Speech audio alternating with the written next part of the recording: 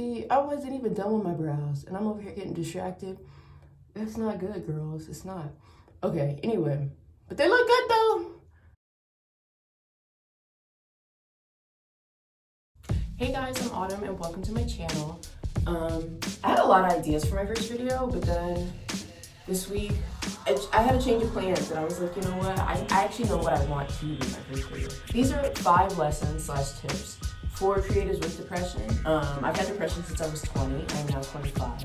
And so I feel like these are things that nobody's told me, but I've come to learn in the past few years. I'm also gonna be doing my eyebrows while I shoot this, because that is an act of self-care, doing your eyebrows. And if there's one thing I'm good at, it is my eyebrows. So with that in mind, let's get into it. Number 1 is let go of supposed to. I feel like that's a phrase I say so much. Like, oh, I'm supposed to be doing this. Like, oh, I'm supposed to be further. I'm supposed to be here by now. And like, I just feel like that's a very toxic phrase to hold on to, because it gets you into the habit of comparing yourself and then thus feeling like you're not hitting the mark, when in theory, you're the only person that can gauge that. So you really shouldn't put that pressure on yourself to say, oh, I'm supposed to be here, I'm supposed to be there. See, if I hadn't been depressed, if I hadn't had this happen, like, I could have done it. And it's just like, everything that happens in life is a part of your testimony, it's part of your story. So you can't really say, oh, I'm supposed to be here, I'm supposed to be doing that, because there's really no way to gauge that. This is what has to happen in order for you to turn out, you know, the way you're meant to, and in order for your journey to evolve naturally. So everything comes with that, not just the parts we like. So again, like, letting go of supposed to is like one of the healthiest things you could do. You can just let things happen as they're meant to unfold. You're not worried about how much money you have compared to everybody else, how far you are in your career compared to everyone else, how far you are in your personal life compared to everyone else. Like, you're just vibing, you're just living your life, and that's more important. Like, I feel like in your 20s, that the point is for you to figure it out, for you to do the hard work that propels you to do everything else that's to come for the rest of your adult life. So you can't, that whole supposed to notion is only gonna play you. Number 2, which is really, it's a hot take. It's not, the kids aren't gonna like it. But number 2 is do the absolute least. What I mean by that is, I feel like just because of our culture and society, we're taught that we're supposed to, you know, go, do the absolute most at all times. And when you're depressed, especially as a creative, you feel that much more pressure, because you're like, oh, well, I need to be working on that film, I need to be working on my blog, I need to be working on my channel, I need to be working on that book, like, and you really don't have the energy for it. You don't, like, let's just be honest. If you just allow yourself to do the absolute least, it's very freeing, because again, you're just like, okay, well, I'm gonna do something. I don't know when, and I don't know what it's gonna look like, but that's okay for me. And that's the point. That's the point. Like, it doesn't have to be amazing and fantastic and the greatest thing you've ever made. Just do the absolute least. When quarantine started, I was still in grad school, and I was working on my thesis. And so something that I told myself over and over again was like, okay, what's the least I can do today? I was like, okay, well, the least I could do, at least I can brush my teeth today. Or, oh, at least I can shower today. Or, oh, I may not work on my thesis today, but I could actually clean my whole apartment. Like, and one would say that's procrastination. I would say, yeah, you're right, but also it's self-care. A huge part of depression that we do not talk about is how much you let yourself go, like, hygiene-wise. I used to always beat myself up about it. I feel like 2020 is the first year where I really got on top of it, and I've been going really strong for the past like 10, 12 months. But that was not true for all the other years of my depression, where I was barely washing my hair, I wasn't showering consistently. And people will be like, that's gross, I can't believe you would say that, why would you admit that, oh my God. And it's just like, it's true though, it's true, what are we lying for? Does it matter? I'm shooting a video with like no makeup in pajamas. I'm not bothered. If you can commit to brushing your teeth every day, that's a start. If you can commit to doing your hair every day, that's a start. I would say that's an amazing start. Don't be like me and not do your hair. For the first several weeks of quarantine, I thought I was doing something. I was not. My hairline is still trying to recover. For me thinking I was doing something special. and would not advise. Once stuff start receding, falling back, it's a point of no return. It takes a while. Like, I'm still paying the price. You can't tell because my hair's in braids, but I'm still paying the price for me deciding to just stop doing my hair from like March through May. And if you can commit to showering, that's even better. It's like, who gonna stop you? That's your business. We will get through this. This too shall pass. Like, I'm tired. I'm tired of neurotypical people being like, were you not doing that before? Maybe I wasn't. And what were you just gonna do about it? Like, that's my business. Like, I don't wanna discuss further. Just know that I'm doing better than I was. Thank you very much. One day, we will be very hygienic. We will be on top of our wellness, on top of our eating habits, on top of our creative goals. We'll be on top of it all. But until that day comes, you know what I mean? We're gonna do what we can do, you know what I mean? We're gonna be okay with what's possible for us in the current moment. My motto during quarantine, not only as a creative, but also as a person, has been this verse in the Bible, Judges 6:14. And in Judges, there's a section where Gideon, the warrior, is fighting. He's going back and forth with God, where God's like, hey, just create, this is what I want you to do. He's like, yeah, I don't see that for me. He's like, I don't really feel qualified to do that. I don't really feel like that's meant for me. But in Judges 6:14, the Lord says to Gideon, go in the strength you have and deliver Israel from Midian's hand. Am I not sending you? And I feel like it's kind of a flex because he's like, bitch, am I not God? Like, who sent you? Like, you know better than me? And it's like, whoop. But my favorite part is actually the go in the strength you have. And that's something I've been saying to myself like almost every day. Like, just go in the strength you have. Like, it doesn't matter what I get done or how long it takes me or what everybody else is saying I should be doing or putting my time and energy towards. Just go in the strength you have. Like, yeah, I understand the logic of you have to get up, you have to do it anyway. But it's like, no, you have to figure out what works for you. So if making your bed is something you can do every day, that's amazing. If showering is something you can do, that's fantastic.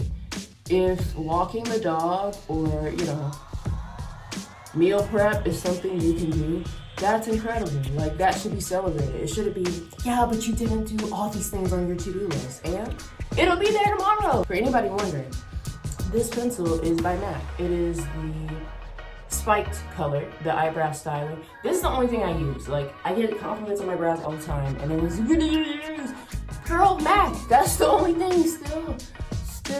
This eyebrow color, our relationship, we've lasted just as long as me and my depression. So we're here to the end. We're here till the wheels fall off. Like, this is who I'm meant to be with. And it's funny because I saw on Black Twitter a few weeks ago them being like, oh yeah, I used to use the MAC pencil, but I graduated and now I use this. I'm like, girl, I don't care if I never graduate because this is what works for me and that's what I will be using. I'm lazy, okay? Number 3 is you are more important than your work. This is something no one ever told me because I went to Carnegie Mellon where, your heart is in the work. That's literally the motto. And, you're supposed to feel like you should be producing and be your absolute best at all times. And so it took a long time for me to realize that I'm more important than my work. I've come to realize that, like, my work looks very different depending on my mental health. So there are some seasons where I am depressed, but I can work on my creative endeavors and it's no big deal. And then there's other seasons where, it's not happening. It's not happening. Even though I think it's valuable to push yourself and to, still create if you can find the energy and just space for it in your life, I don't think that should be the end all be all because, everything exists in its own time. So I still say I'm an artist, even though I don't carry my camera around the way I used to. I still say that I'm a writer, even though I'm not actively writing. I think the best example is when I first got diagnosed with depression and it was right before I was studying abroad in Italy. When I got to Italy, I didn't really care. I was just vibing. And, I would take my camera around because I'm like, oh, it's pretty, it's Italy, maybe I should, whatever. And whenever I would go on trips, I would definitely take it. But, I was just very passive. I was just living my life. I wasn't like, I have to create an amazing body of work while I'm here. And literally, in the 5 years since that whole period of my life, I've realized that not only am I grateful that I took my camera, but I'm glad that I actually went out and shot because those are some of the best photos I've ever taken. Even though at the time, I didn't realize I was happy, I didn't realize I was coming into myself. I was just kind of like, oh, whatever. Take care of yourself because that in turn is gonna reflect in your work. So instead of being like, oh, I need to do all these things in order to keep my work moving, take care of yourself, because then you'll actually have the energy to keep said work moving. So number 4 is, whew, this is the one, again, they didn't tell me, you know. I genuinely feel like that your depression evolves with you over time, the same way your work and your vision evolves with you over time. You know, youth is wasted on the young. At 20 years old, I thought this was just this weird thing I was going through, and that was gonna be it for me. I did not actually anticipate that this would be a whole facet of my adult life, and that I was gonna have to really come to know myself in that way, and then live with myself. I was like, what is all this? Like, oh, we're still doing that? We're still depressed? I thought we handled that. I thought the antidepressants took care of it. No, ma'am. Like, we're still out here. We're still out here. The coping mechanisms and the things you developed when you first got diagnosed or when you first started feeling depressed, they may not look the same years into that walk. Like, so naturally, you're gonna have to figure out what works for you. When I first got diagnosed, it was really important that, you know, I kind of like set a routine for myself, and that I had certain habits, and I kind of spent time outside and things like that. And now I feel like I've come to realize that my depression is very much related to my productivity. Like, if I'm burned out, I'm gonna get depressed, and if I'm doing absolutely nothing, I'm gonna get depressed. So I try to keep myself in that middle. For a lot of us, we don't have the space and time to simply not touch our work, but at the same time, you can't hold yourself to the same standards you did when you felt great, when you felt happy, when you felt motivated, because again, it's just gonna wear on you in the long term. When I went to undergrad, I very much felt like I was gonna be a photojournalist. So I really cared about, you know, constantly writing in my spare time and always shooting and things like that. And then once I realized that's not what I'm meant to do, it kind of changed my relationship with my work. And I realized that I enjoyed doing it more for fun instead of trying to turn a career out of it. So everyone around me was like, what? No, I thought you were gonna publish books. I thought you were gonna, you know, like set up your website. I thought you were gonna have a gallery. And it's like, that's great, except if I don't wanna do that, then it doesn't really matter. Everybody else around you can want it all day long, but if that's not what you want, then that's it. Like, who's gonna check you? Like, if that's not something that suits you, and that's not something you're gonna ultimately pursue and put energy towards, that's all that matters. Last but not least, number 5 is that I would say figure out what your mind and body are trying to tell you. I used to really despise the depressed me, and I used to feel like, you know, that was like the bad angel, and like normal happy me was the good angel. And last fall, I started to realize that it's really not like that at all. It's actually more like the movie Us by Jordan Peele, and it's like you're tethered, you know? It's like, I feel like your depressed you is with you at all times, and y'all interact at certain points, or, you know, you may trade places, but they're still you. They're not this foreign, random stranger that you've never met. Every major season of depression I've had, a really important lesson came out of it. I feel like the first time, which was in 2015, the lesson was that I didn't really know myself, and I didn't know what I valued, which allowed me to get burnt out and allowed Carnegie Mellon to just, you know, run rampant in my life. So when I came back from study abroad, I was just a completely different person. Even though I was still taking on a lot, I was actually cognizant of how much I was sleeping, how much I was eating, and just what I was putting myself through. And I also, you know, had to stop hanging out with certain people because I felt like we were bonded through trauma and bonded through our poor mental health. And then I feel like in 2017, when I was unemployed out of undergrad, I feel like the big lesson was that I needed to just be patient with myself and be open-minded. You know, that it was okay that I didn't have a job, and it was okay that everybody else's lives looked great and mine didn't. You know, I just needed to embrace the journey that I was on and not compare myself to anyone. And now I feel like in 2020, having finished grad school and now being unemployed for 5 months,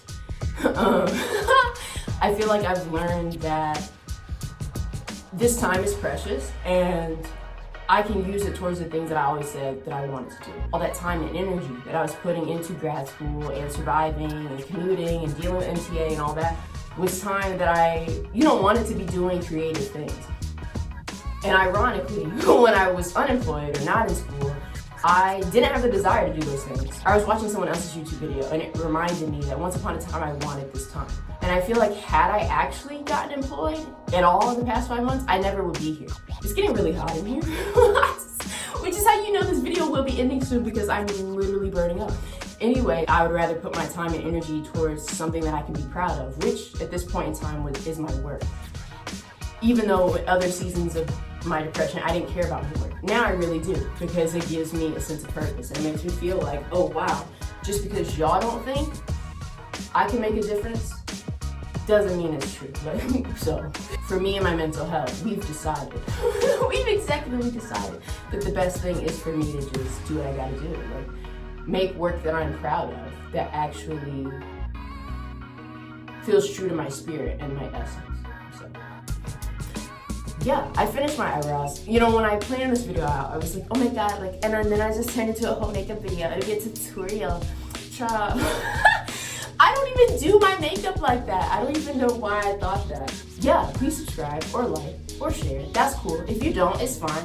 Y'all, I got so many interests, so many ideas. I will appear in your algorithm. I will appear once again. So like, you could just subscribe or you could not, but we will meet again. I will find you. I want you to know that. So it's no pressure, but I'm just saying, is that it? I don't know. I say this all the time. I'm like, I think I'm good. Am I good? Okay. Now, I think that's the end.